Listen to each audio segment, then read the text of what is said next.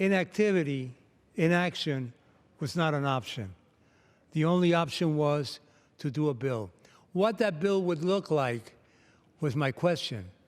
What that bill would look like was my challenge and my dilemma. The bill changed. The original bill had some provisions that no one could really defend on either side. But we've made a bill now that does have some hard pills to swallow, but then over $70 billion in debt with no signs of being able to pay is even a more of a bitter pill to swallow. The territory is hurting. The people are hurting.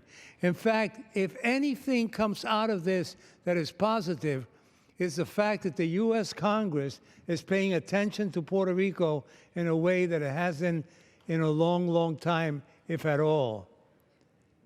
We're paying attention, and we want to do something about the situation at hand. We're not supposed to direct our comments to the gallery or to the TV cameras, so I won't do that. But there are people watching this, and they need to have faith in the fact that both parties have come together with a plan that will help us, a plan that will bring Puerto Rico back out of this debt situation. And most importantly, I believe there is a commitment on both sides to work on economic development projects for the future to help Puerto Rico and its economy. But I couldn't get off this stand today, this podium today, without addressing my most important issue, and that is that the problem with Puerto Rico continues to be the status. As long as Puerto Rico is a colony, a territory of the United States, these issues will come back and other issues will come back.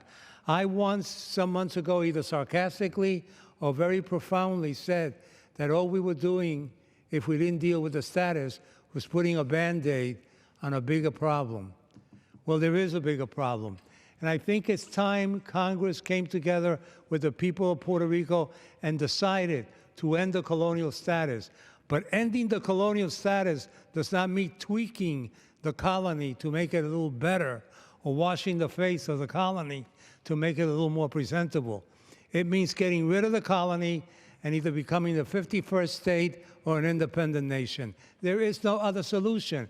And for us, as the people who promote, and rightfully so, democracy throughout the world, for us to have a colony for 118 years is wrong. And remember, Puerto Rico didn't do this by itself.